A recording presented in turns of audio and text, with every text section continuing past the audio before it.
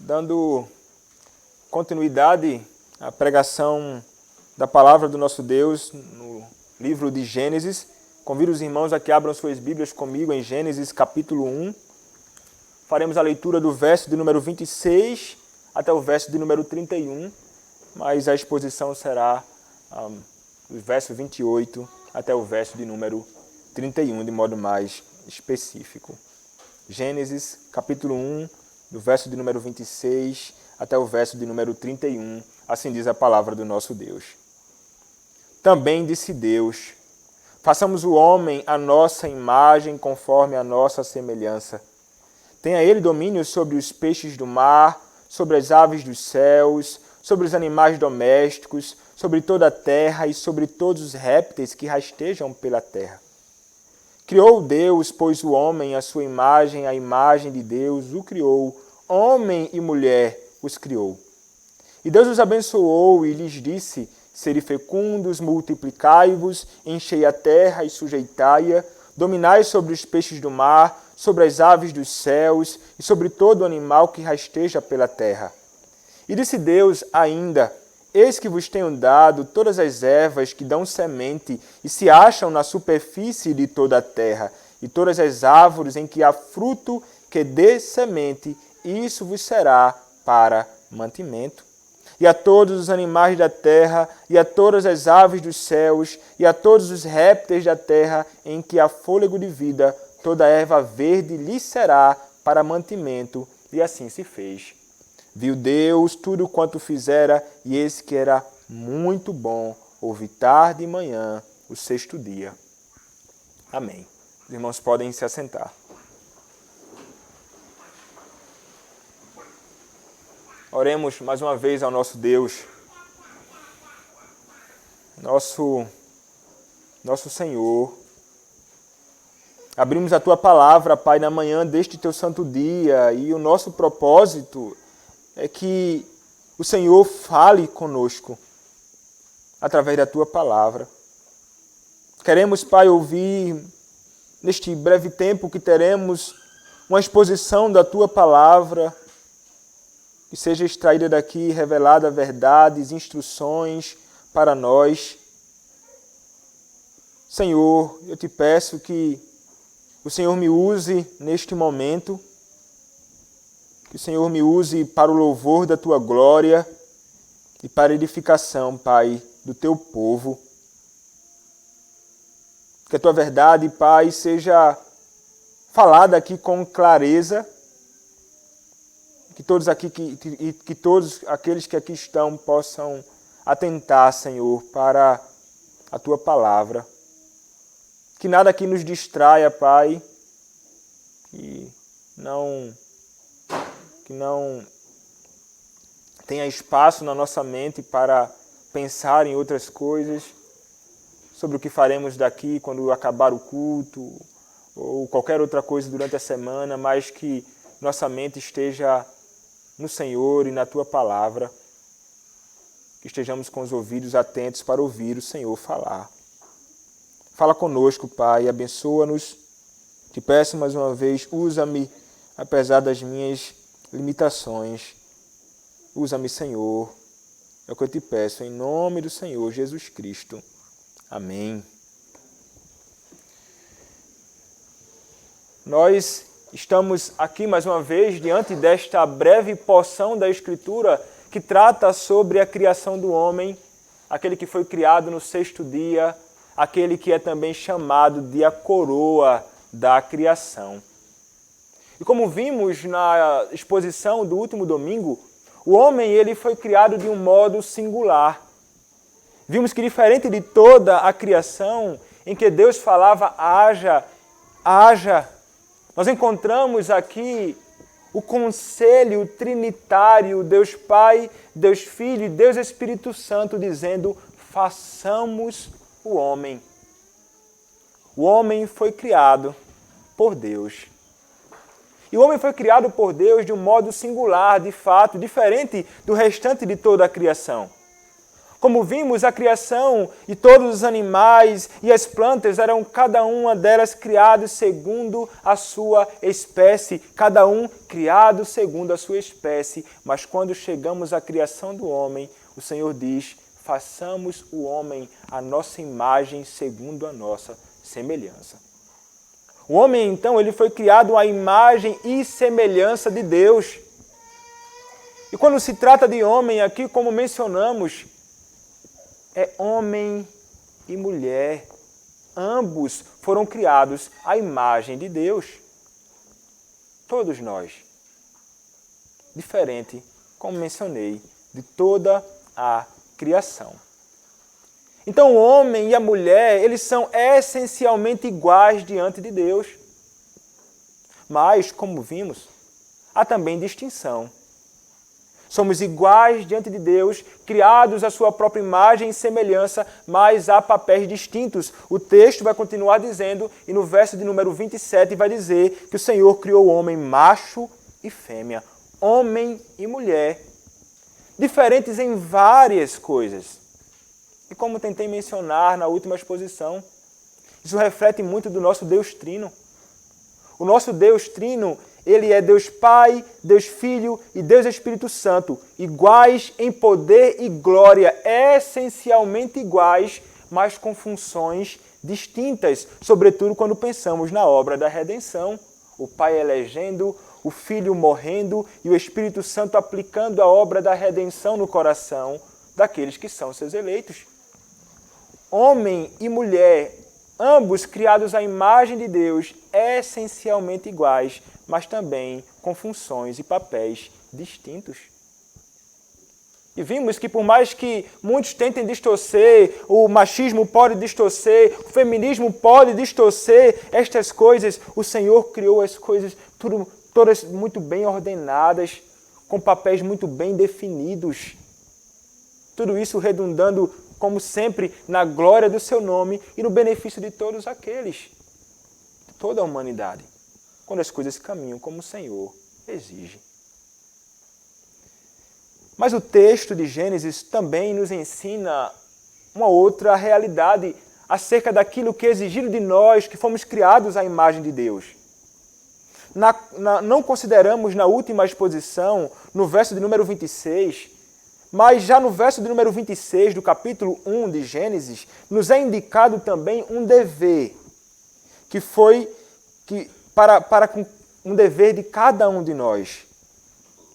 Aqui, meus irmãos, nós encontramos aquilo que na teologia é chamado de mandato ou mandatos. Nós sabemos que existe 3 mandatos: o mandato espiritual, o chamado mandato social e também o mandato cultural. O mandato espiritual, veremos, à medida que estivermos caminhando na exposição do livro de Gênesis, vai tratar sobre a minha relação com o meu Deus. E é muito mais um mandato que aponta para uma relação vertical entre a criação e o seu Criador, entre o seu Deus e a sua criação. O mandato social, ele vai apontar para uma relação mais horizontal e diz respeito ao meu dever como homem e mulher no meu relacionamento social, criação de filhos, casamento, coisas assim. Como veremos mais à frente nas exposições também do Evangelho de Gênesis, este mandato sendo também evidenciado. Mas aqui neste texto, o mandato que se destaca é o chamado mandato cultural. Mandato cultural, que aponta de modo mais especial ao chamado do homem a dominar a criação, cuidando dela e fazendo com ela o que é bom, para o benefício da humanidade, para o benefício do povo, mas, sobretudo, especialmente, para a glória de Deus. Envolve também o chamado do homem a dominar, subjugar, cultivar, guardar, o que implica também em trabalho. O mandato cultural chama o homem o trabalho. Essa comissão divina dada ao homem na criação abrange, meus irmãos, o relacionamento total da raça humana com o mundo natural criado por Deus. O Senhor criou todas as coisas, depois colocou o homem, a coroa da criação, para então ele administrar tudo isso. Ele é chamado a administrar todas as coisas criadas como um vice-regente de Deus. É chamado a administrar as coisas do Senhor como um mordomo. O Senhor confiou isto ao homem. O texto nos mostra que o homem é chamado para exercer, meus irmãos, esse mandato em pelo menos alguns aspectos, dos quais nós podemos destacar alguns. O texto vai nos ensinar que o homem, como tendo sido criado à imagem de Deus, no seu mandato cultural, ele deve ser alguém que está envolvido com aquilo que é chamado de multiplicação. O texto vai dizer, multiplicai-vos e enchei a terra. Este é um dos aspectos do mandato cultural que nos é devido. Há também o que o texto vai dizer e vai chamar de sujeição e domínio. Então o homem também é chamado a sujeitar a criação, subjugar a criação, chamado a dominar tudo aquilo que foi criado por Deus. E o homem faz isto através do trabalho. O trabalho é um outro aspecto, é dever do homem, então, trabalhar neste mundo. Mas ainda o texto vai nos revelar que o homem que foi criado, ele tem também o deleite de desfrutar das coisas da terra, de desfrutar daquilo que o Senhor criou para o seu próprio mantimento. Então o texto vai começar dizendo assim, verso de número 28, e Deus os abençoou e lhes disse, sede fecundos, multiplicai-vos, enchei a terra. Então o Senhor ordena aqui de modo muito explícito que o homem deve multiplicar. E como o homem deve fazer isto então? O homem deve fazer isto através da união dele com a mulher. Homem e mulher o Senhor criou. E o homem então, casando, ele vai ser aquele que vai, através da geração de filhos, multiplicar e encher a terra. Meus irmãos, nós não estamos aqui diante de uma sugestão do Senhor. Ele não disse assim, se possível, multiplicai-vos e encher a terra. Se der, se for possível, se der para você, multiplique e encha a terra. Mas só se for possível, viu? Não é uma ordem minha. Não. É um imperativo. O Senhor diz, multiplicai-vos, enchei a terra, e ainda acrescenta, como veremos, e sujeitai-a. O Senhor exige, meus irmãos, isso de cada um de nós que fomos criados à sua própria imagem e semelhança. Isto faz parte do mandato cultural. Nós sabemos, meus irmãos, e devemos estar conscientes disto, que existem aqueles que por alguma razão não podem ter filhos. Muitos querem, eu conheço vários irmãos que desejam muito ter filhos, mas o Senhor não abriu a madre da sua esposa. O Senhor não abençoou com filhos. Algumas pessoas são privadas, sim, disto. São privados de ter filhos de sangue. Mas não são jamais privados de executar o mandato cultural neste aspecto. Uma vez que eles podem se utilizar da adoção de filhos e então acolher crianças no seu lar como seus próprios filhos. Mas no curso natural das coisas, quando as coisas caminham como deveria caminhar, como estabelecido pelo próprio Senhor na sua palavra, o homem deve se multiplicar. E o texto ele não aponta aqui, ele não esclarece a quantidade de filhos, ele não está dizendo assim, tem que ser 3 filhos, tem que ser 15 filhos. O texto não vai tratar sobre quantos filhos se deve ter, mas um fato não pode ser negado. O texto sugere que devemos ter vários filhos. Quantos filhos for possível ter, quantos filhos o Senhor quiser nos abençoar a ter.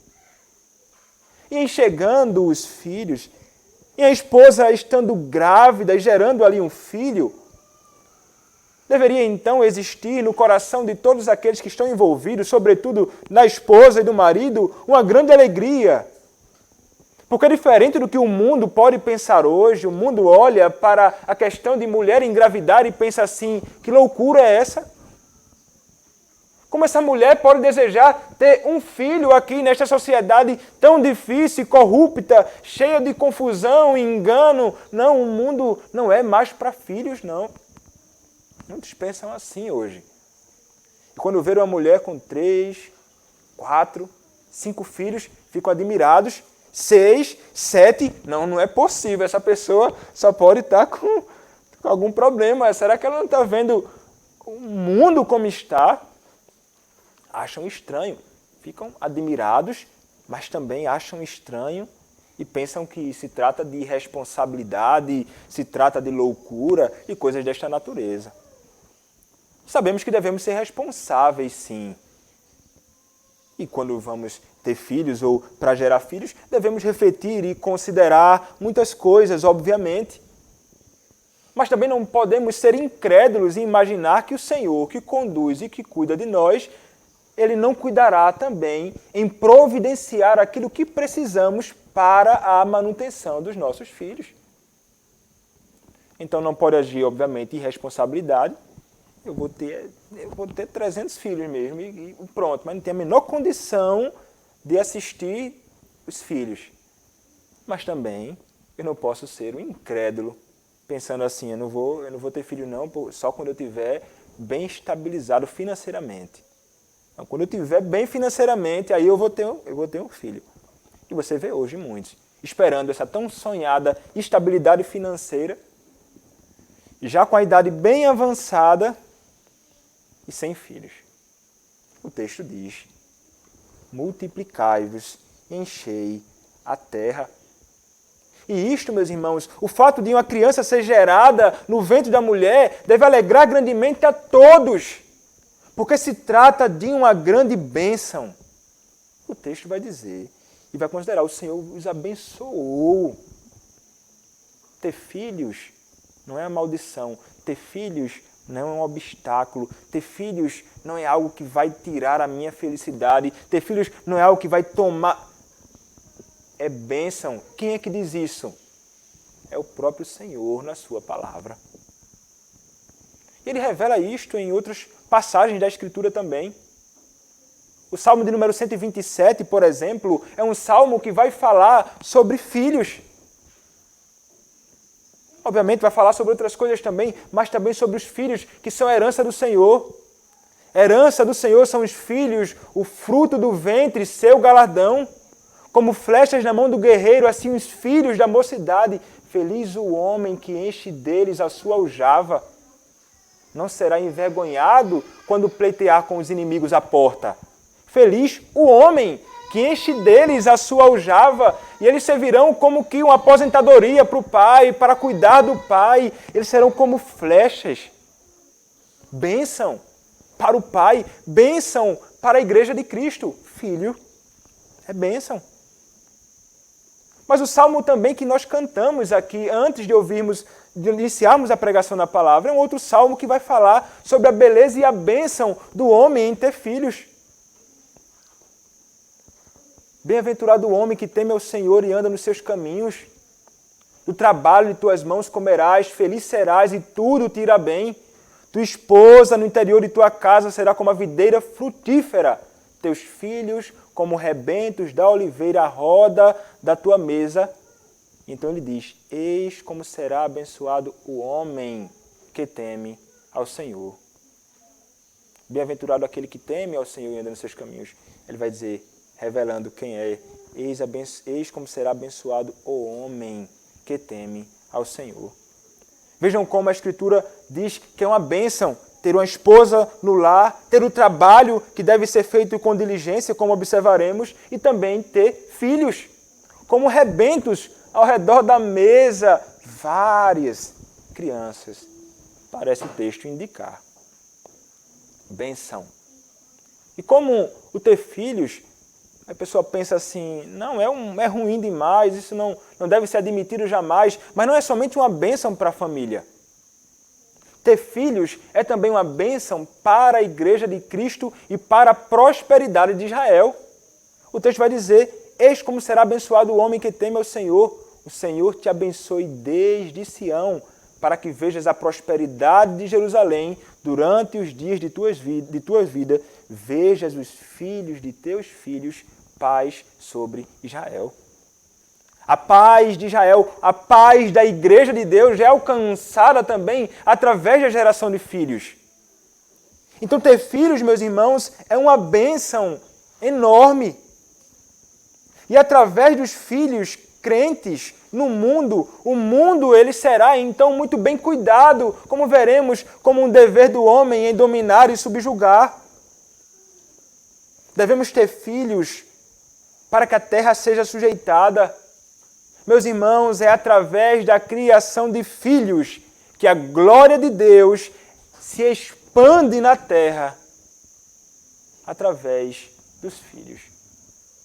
Dos filhos que são gerados naturalmente, também dos filhos que são juntados à família através da adoção, que devem ser criados no temor do Senhor também, e através daqueles filhos que são gerados através da pregação e testemunho do Evangelho, daqueles que ouvem a palavra, daqueles que são fruto de um testemunho vívido da palavra do Senhor neste mundo. Muitos filhos podem ser gerados, e filhos não de sangue e carne, mas filhos espirituais, através do anúncio da verdade do nosso Senhor. A palavra do Senhor diz, multiplicai-vos e enchei a terra, toda a terra. Muitos podem dizer, não, a terra vai ficar super cheia e não vai ter espaço. Isso é mentira. Se alguém quiser saber de uma informação como esta, Janinha recentemente até procurou e pesquisou sobre isso, apresentando, não há como a pessoa imaginar que não pode ter muitos filhos não, senão vai ficar cheia demais a terra e não vai dar para viver aqui não. Não, meus irmãos. A palavra nos diz e nos ordena, multiplicai-vos e enchei a terra. Isso vai de encontro às ideias do mundo hoje? Vai.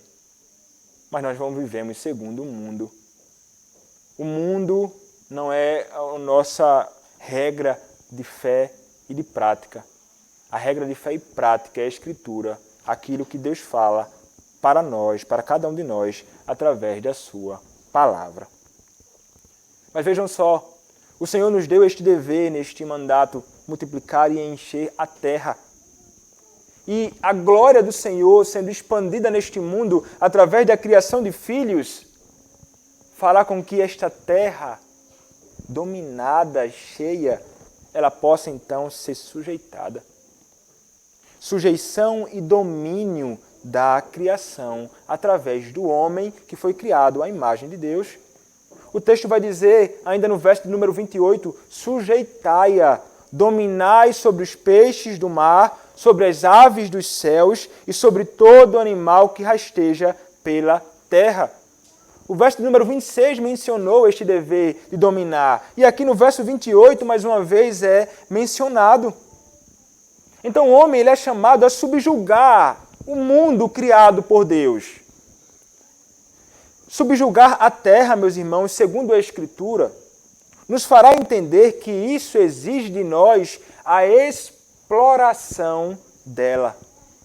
Somos chamados a explorar todas as potencialidades da criação de Deus.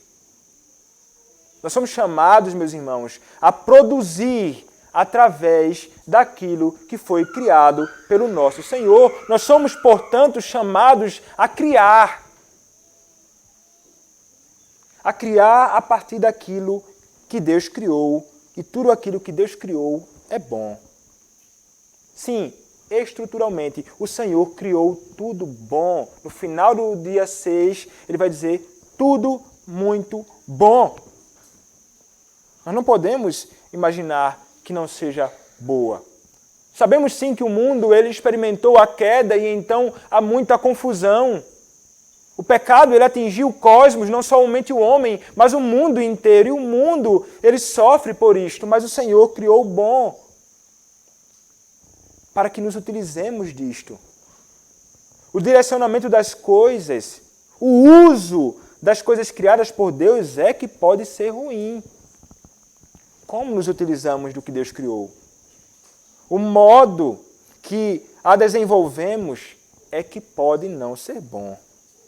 E muitos têm se utilizado da criação de um modo indevido.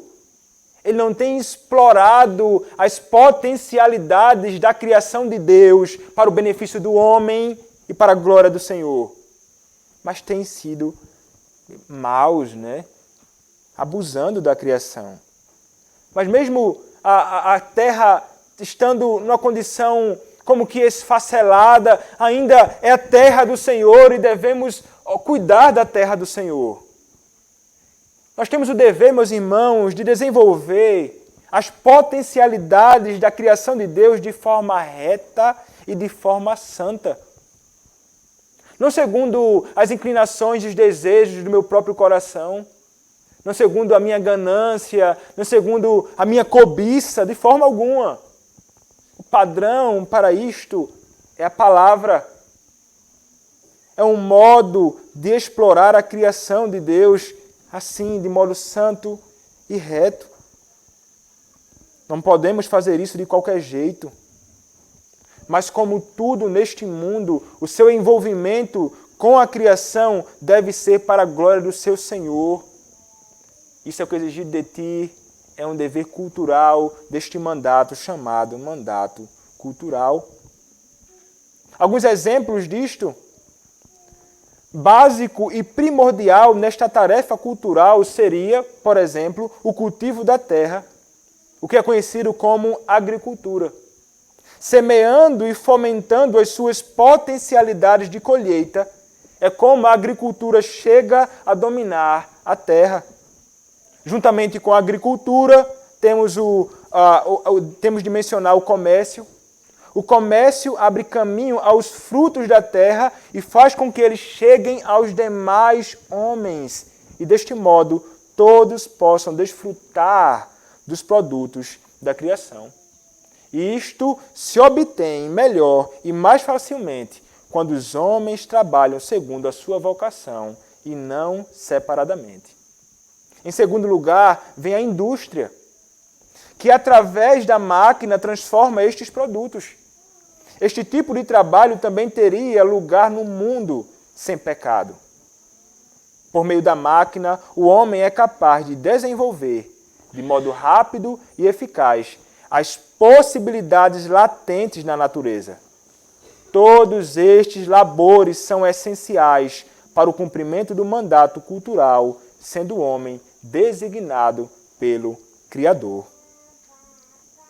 Então, meus irmãos, como diz Anthony Huckman, cabe ao homem, cabe-lhe desenvolver não somente a agricultura, não somente a horticultura e a criação de animais, mas também a ciência, tecnologia, arte. O homem, através deste mandato em subjugar a terra, em sujeitar a terra, envolve o envolvimento do cristão em áreas como política, áreas como a educação, envolve lazer, indústria e qualquer outra área. O homem é chamado a se envolver.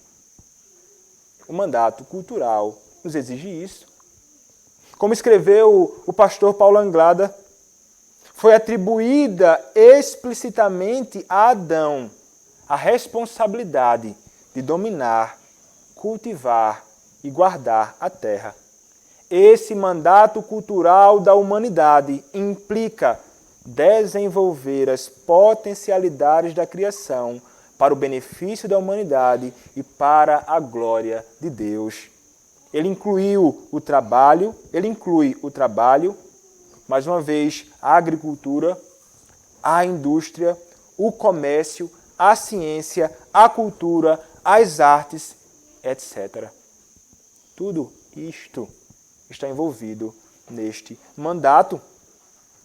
E nós nos envolvemos nessas áreas e devemos sim nos envolver, mas sem jamais nos envolver nisto, envolvendo-nos além disto, ou seja, com o mundo ou com aqueles que fazem e se utilizam destas coisas sob o mandato cultural de uma forma errada.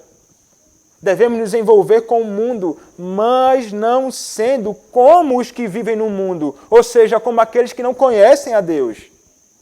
Devemos nos envolver, sim, com todas estas coisas, fazendo o que é bom no mundo, mas sem jamais se envolver com a iniquidade dos homens que não conhecem a Deus.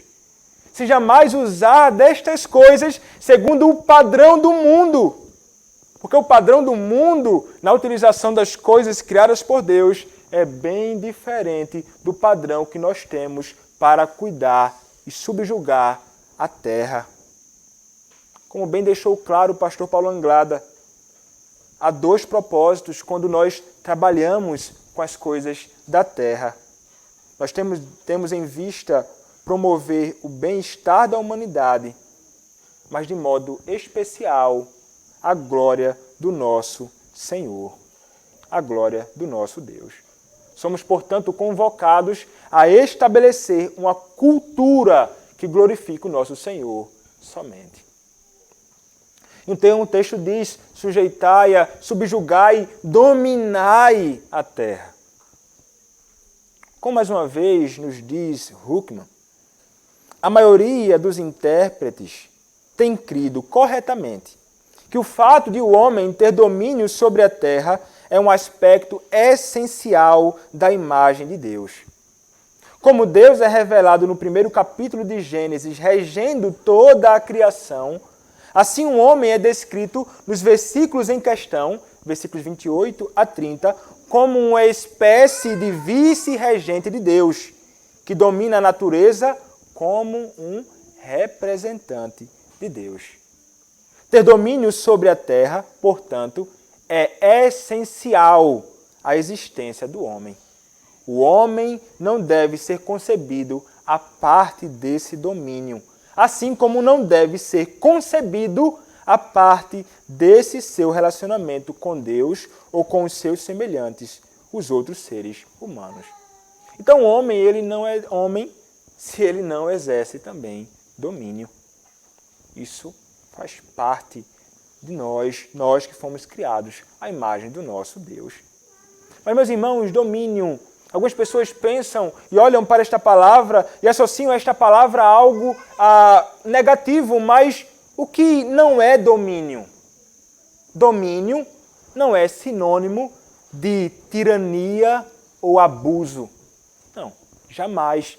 Tirania e abuso da criação de Deus nunca podem estar associadas ao verdadeiro conceito do que significa domínio. Domínio, meus irmãos, não é sinônimo de maltratar a criação de Deus, fazendo com ela o que eu bem entender. Nós temos um padrão de domínio. Quem é o nosso padrão? É o Senhor. O nosso Senhor é o maior exemplo para isso. Nós devemos dominar como Deus. Devemos expressar o domínio de Deus quando dominamos aquilo que Ele colocou em nossas mãos. Um conceito errado sobre Deus nos conduzirá a práticas erradas. Quem é Deus? Meus irmãos, o nosso Deus é bom. Sendo Ele bom, tudo que Ele faz é bom.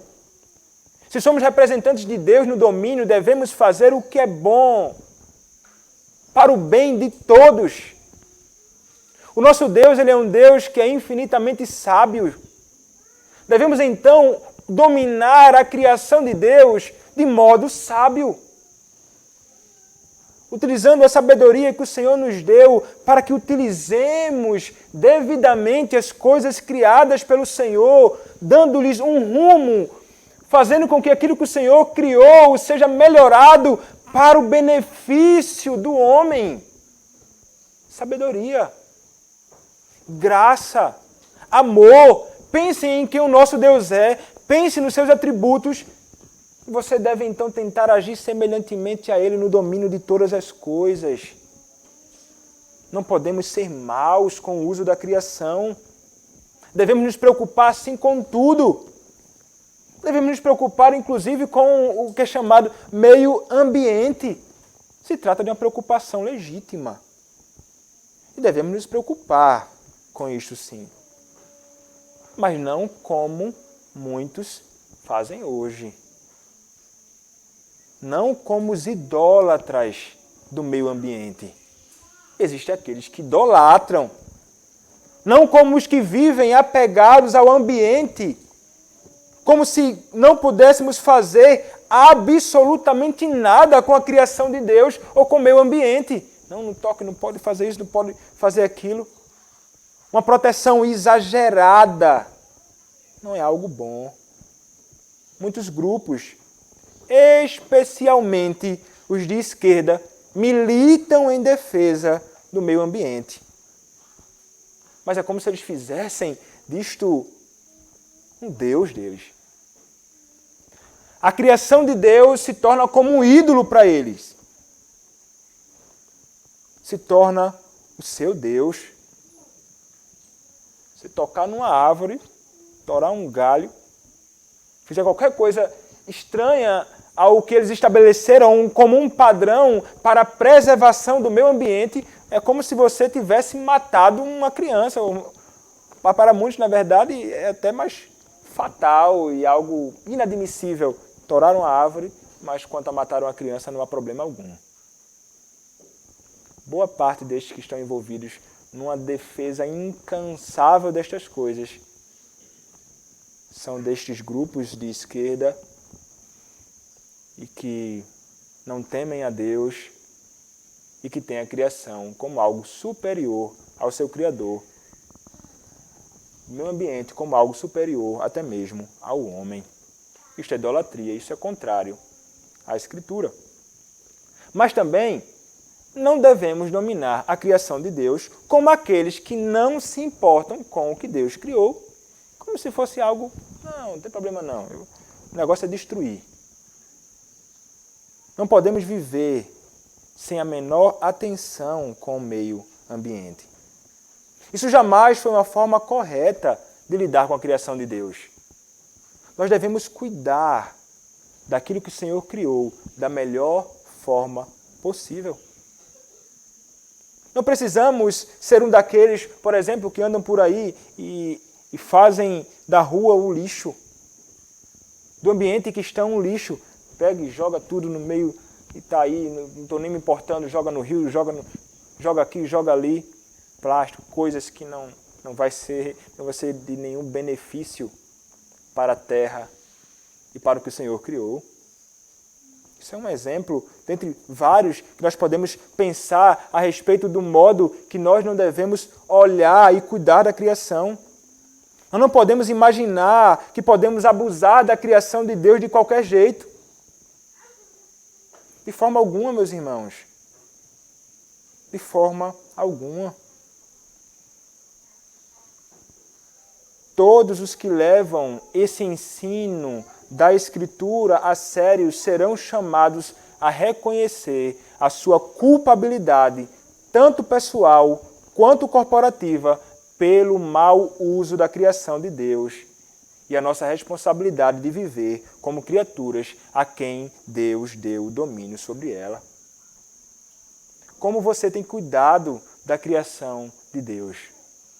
Como você tem cuidado daquilo que o Senhor colocou ao seu lado para que você domine, mas não seja um tirano?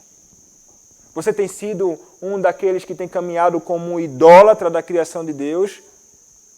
Ou você tem sido um tirano? Como você tem cuidado das coisas do Senhor? Lembre-se, você não é dono. Você nada possui aqui. Tudo o que o Senhor colocou nas tuas mãos foi para que você administre. Você é um mordomo. Quem é dono de todas as coisas? É o Senhor. Nada nós possuímos, por mais que pensemos que possuímos algo aqui. Não possuímos. Não é seu. Cuide com zelo daquilo que pertence ao Senhor. Nós devemos, então, preservar os recursos naturais e fazer o melhor uso possível deles. Devemos evitar de modo a erosão do solo. Devemos cuidar para que não façamos uma destruição temerária das florestas. O uso irresponsável da energia, a poluição dos rios e dos lagos, a poluição do ar que respiramos. Meus irmãos, como falei, devemos ser mordomos da terra e de tudo o que há nela e promover tudo o que venha preservar a sua utilidade e beleza para a glória do nosso Deus, para a glória do nosso Senhor. Isso nós devemos praticar, isso nós devemos ensinar aos nossos filhos. E devem saber disto. Crescer sabendo que devem cuidar da criação de Deus. Desde pequeno, ele vai crescer sabendo que deve cuidar. Quando for grande, ele vai agir como deve agir. A instrução vem de pequeno. Tudo que somos chamados para fazer neste mundo com a criação de Deus, como diz Colossenses capítulo 3, versos 23 a 24.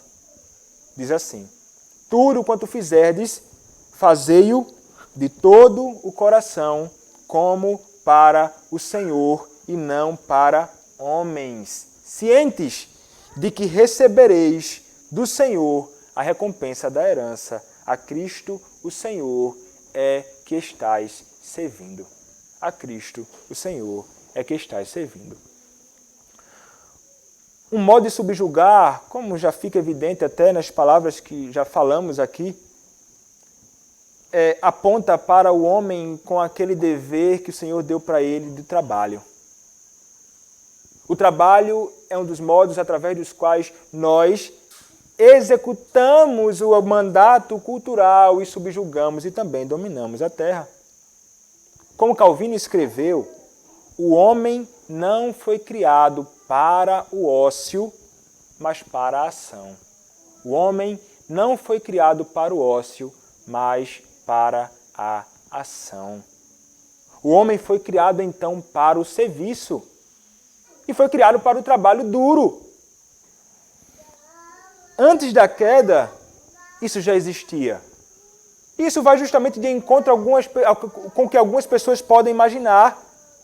Algumas pessoas imaginam que o trabalho é fruto da queda, como se o trabalho fosse a maldição. Sabe por que tu trabalha hoje? Não sei não. É por causa do pecado. Foi a queda, trouxe isso aí. A gente trabalha por causa disso. Foi por causa de Adão, que pecou. Adão pecou, aí a gente tem que trabalhar agora. Não pode dormir até tarde e ficar sem fazer nada, brincando o tempo inteiro. Não. Algumas pessoas imaginam que se trata de algo que é fruto da queda.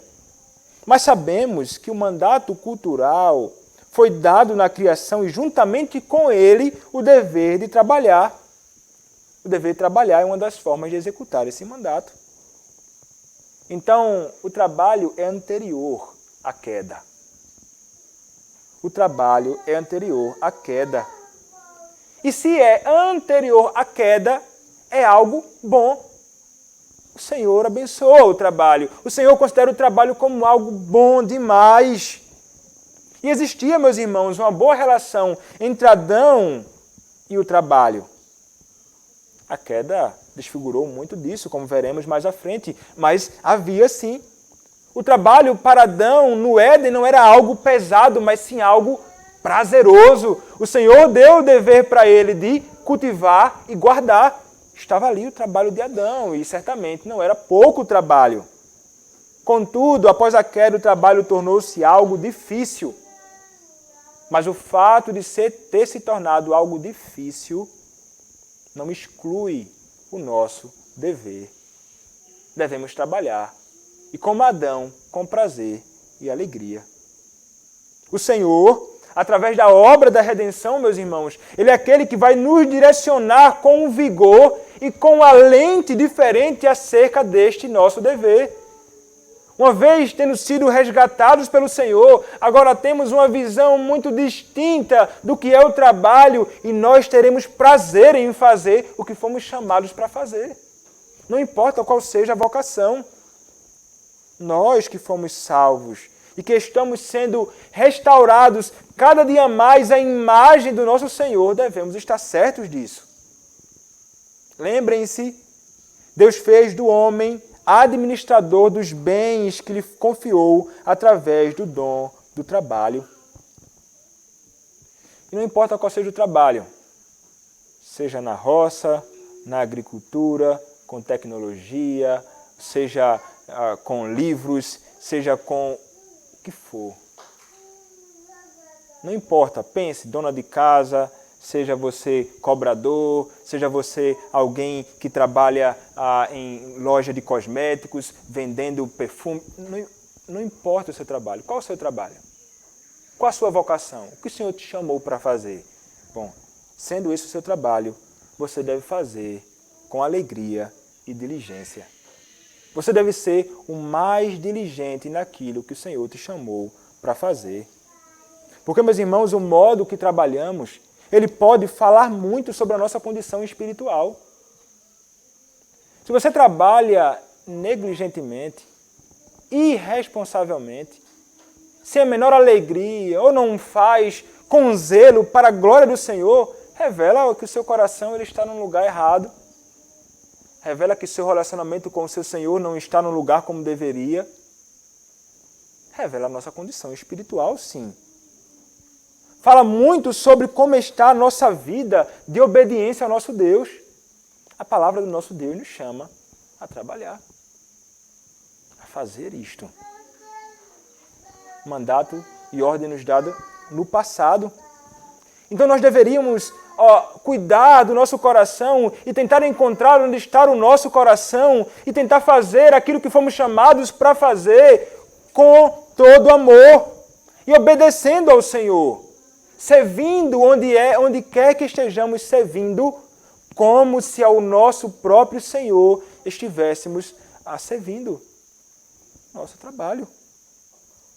Nós deveríamos, como crentes, ser os mais excelentes trabalhadores. No seu trabalho, você deveria se destacar. Entre os ímpios, o que mais deveria se destacar deveria ser o crente. Deveria ser o crente. Por que razão? Porque nós sabemos para quem nós trabalhamos. Muito do povo de Deus, no passado, até acusavam os calvinistas, ou vão chamar de Calvino, o pai do capitalismo e coisa desta natureza. Mas por que eles olhavam para isso? Eles olhavam os calvinistas ou os reformados trabalhando. E como é que eles trabalhavam? Eles não trabalhavam de modo sem interesse, não. Como eles entendiam qual o propósito deles terem sido criados. Ou seja, para a glória do seu Senhor. Só lhe deu glória, somente a Deus a glória em tudo.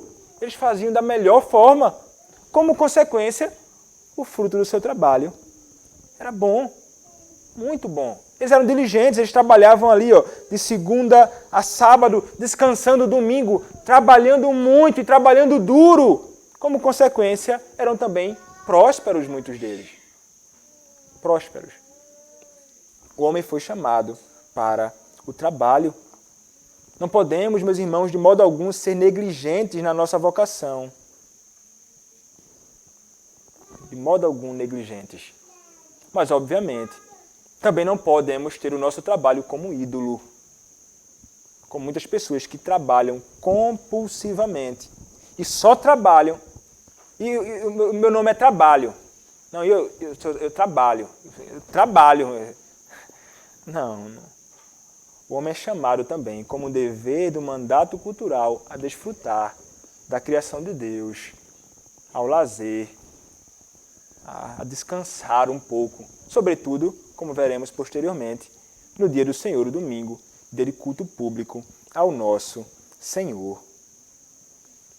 Efésios capítulo 6, versos 5 a 8 nos diz assim: Quanto a vós outros servos, Obedecei a vosso Senhor segundo a carne, com temor e tremor, na sinceridade do vosso coração, como a Cristo, não servindo à vista, como para agradar a homens, mas como servos de Cristo, fazendo de coração a vontade de Deus, servindo de boa vontade como ao Senhor e não como a homens, certos de que cada um, se fizer alguma coisa boa, receberá isso outra vez do Senhor, quer seja servo, quer seja livre. Palavras muito práticas e claras do apóstolo Paulo acerca de como devemos trabalhar.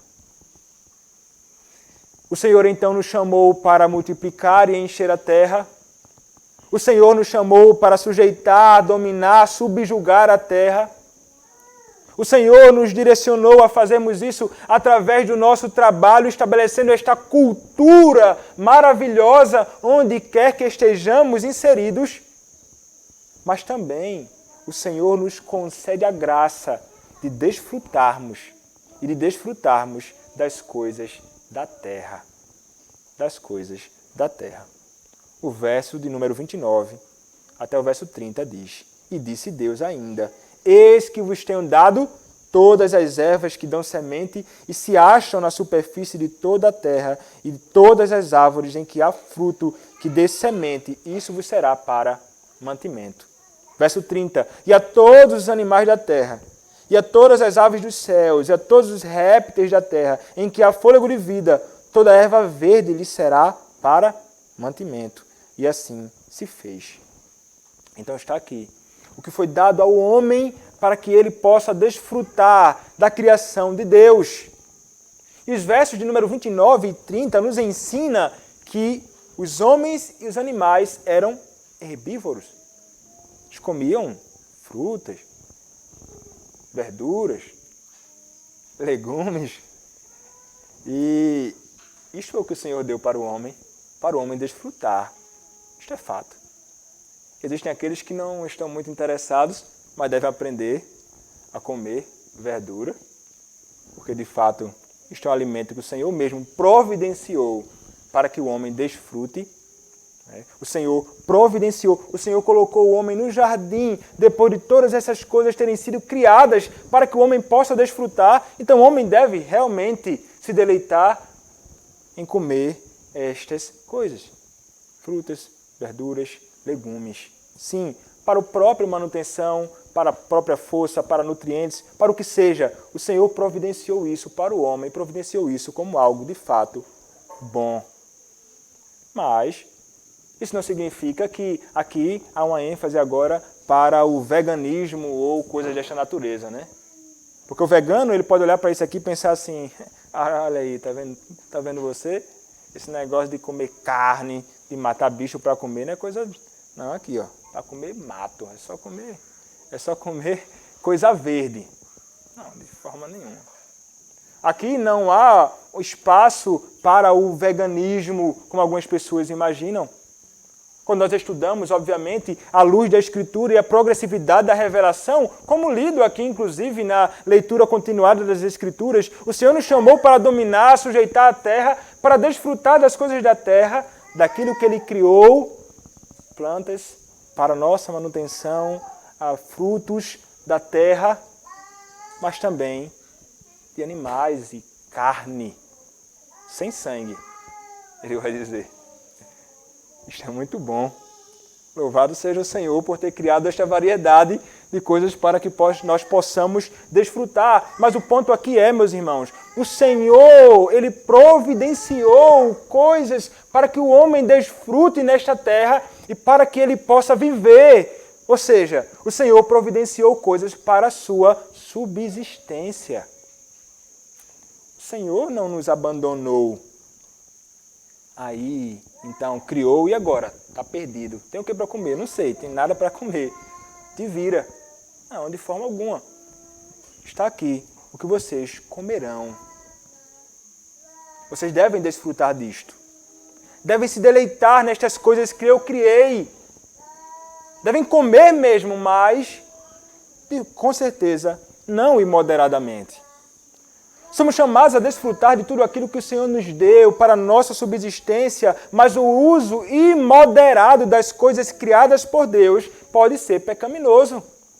Não importa o que você come, o que você desfruta, se você comer isso de um modo sem freios, você pode estar também pecando contra o Senhor.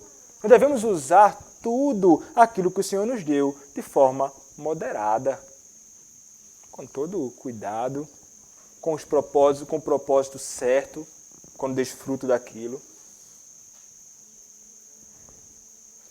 A Escritura vai nos proibir de usarmos qualquer tipo de coisa de modo imoderado, mas nos chama a fazer e nos utilizar de tudo, a desfrutar de tudo para a glória dele. Quanto a isso, não há impedimentos. Para a glória do Senhor, em tudo. Devemos desfrutar assim. Devemos desfrutar delas. E desfrutar delas deve nos levar a olhar para o Senhor com louvor. Não devemos devemos nos mover com as coisas da terra aqui, porque o Senhor também nos deu as coisas da terra. Não simplesmente as coisas espirituais. Não é simplesmente o que é espiritual, o que é bom. É muito bom, mas também as coisas da terra. E as coisas da terra devem me levar, sim, a um relacionamento e um louvor espiritual, meu Deus. Desfrutar o que o Senhor criou deve voltar os meus olhos para Ele. Deve voltar os meus olhos para Ele. Então, tudo o que você desfrutar aqui, da boa criação de Deus, você deve louvar a Deus por isso. Ele deveria ser glorificado por nós também nestes atos. Quer comais, quer bebais, ou façais qualquer outra coisa, fazei para a glória de Deus. Está o apóstolo Paulo nos instruindo. E devemos também fazer e desfrutar destas coisas, não com murmuração, indignação, insatisfação, mas com gratidão. Tudo dele nós temos recebido.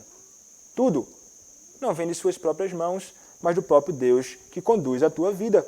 Então, uma vez que tudo vem dele, devemos devolver a Deus louvor, com orações de louvor, e louvor que expressam a nossa gratidão a Ele por sua provisão. Assim, meus irmãos, como Deus, Ele providenciou tudo que os nossos primeiros pais, Adão e Eva, precisavam para viver no Jardim do Éden. Hoje, o mesmo Deus, aquele que não pode mudar, faz o mesmo conosco. O mesmo Deus da providência do passado é o mesmo Deus da providência de hoje. Ou mudou? De forma nenhuma. Se Ele cuidou dos nossos primeiros pais, Ele cuida de cada um de nós hoje. O que é que Ele tem nos dado? Ele tem nos dado aquilo que precisamos. O que é que você tem hoje? É o que você precisa. Ele providencia para nós o pão de cada dia. O pão daquele dia. Quanto ao amanhã, eu não devo ficar ansioso, não. Mas eu clamo ao Senhor. Mas a oração nos ensina, né? Pão de hoje. E é quem nos dá? É o próprio Senhor. O Senhor tem cuidado de mim, meus irmãos. O Senhor tem cuidado de ti. Você tem desfrutado disso. A murmuração jamais deveria estar nos nossos lábios, mas sim louvor ao nosso Senhor, porque Ele tem cuidado de cada um de nós. E então, depois de Ele ter criado todas as coisas e ter criado o homem como a coroa da criação, o Senhor vai olhar para a sua criação e então o texto nos diz: viu Deus tudo quanto fizera, e eis que era muito bom. Houve tarde e manhã, o sexto dia. O Senhor veio dizendo: bom, é bom, é bom, é bom, é bom, é bom. E então Ele diz: é muito bom. É um superlativo. Ele está dizendo assim: é tudo bom demais. O Senhor, Ele como que contemplando a sua obra da criação, Ele vai apreciar tudo aquilo que foi obra das suas mãos. A satisfação naquilo que fez, a contentamento naquilo que fez, a alegria, a prazer. E como veremos na próxima exposição, a descanso. Ele descansou daquilo que ele fez. Meus irmãos, tudo muito bom, sim, criação de Deus. Mas como mencionei antes, o pecado entrou no mundo. Lembre-se, o texto está descrevendo a realidade antes da queda, mas o público a quem Moisés dirigiu o livro de Gênesis é um público que já experimentou a realidade da queda. O Israel do passado, o Israel de Deus, hoje, cada um de nós. Meus irmãos, não apenas o público original de Moisés, mas toda a criação experimentou a queda. Por essa razão, a criação geme pela redenção de todas as coisas. Assim, o mundo, juntamente com a criação, carece de redenção. Sobretudo o homem ainda mais. E este Deus, que é o Criador de todas as coisas, Ele é o Deus que é também Redentor. E este Deus Criador e este Deus Redentor é o Deus que chama hoje homens e mulheres à fé neste bendito Salvador. Você só encontrará salvação em Cristo. Não há um outro caminho. A palavra do Senhor nos diz em João capítulo 14, verso 6, eu sou o caminho, eu sou a verdade e eu sou a vida. Ninguém vai ao Pai se não for por mim. Cristo é a tua salvação e é Cristo que deve ser o objeto da sua fé. Este mesmo Cristo que lá no princípio estava criando todas as coisas, é sobre este mesmo Cristo que você deve depositar a sua confiança. É em Cristo somente que pode nos salvar. Louvemos, meus irmãos, também nós que fomos salvos por Cristo. Louvemos ao nosso bendito Deus, porque Ele é o nosso Criador, Ele também é o nosso Redentor. Ele nos redimiu da condenação eterna. Devemos então, com alegria, bendizer ao nosso Senhor pela plena e perfeita obra da redenção em Cristo, a quem nós estamos unidos e de quem recebemos todos os benefícios deste mundo e receberemos na vida vindoura. Bendito seja o nosso Senhor pela sua palavra e por Cristo. Amém. Oremos, meus irmãos, ao nosso Deus. Nosso amado Senhor, nós te agradecemos, Pai, por tua palavra, pela oportunidade que temos de ouvir as tuas instruções, de aprendermos, Pai, que o Senhor nos deu um mandato cultural, e que devemos, Pai, executar ele para a glória do teu nome e o benefício do teu povo. Usa-nos, Pai, neste mundo com este propósito. É o que te pedimos, em nome do Senhor Jesus Cristo. Amém.